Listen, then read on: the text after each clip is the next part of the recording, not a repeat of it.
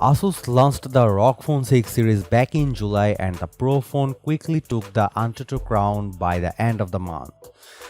Now another version appeared online with slightly better benchmark results and reports are the new device will be called ROG Phone 6D, powered by a Dimensity 9000 Plus.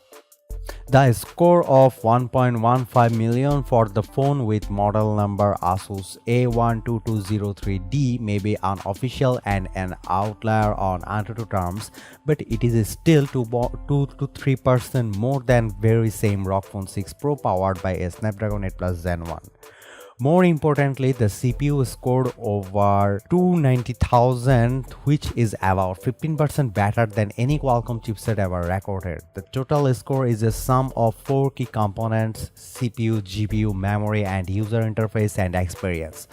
Asus is still staying silent on any new ROG phone launches, but we expect the 6D to arrive soon, as the device was already certified at 3C with 65-watt fast charging.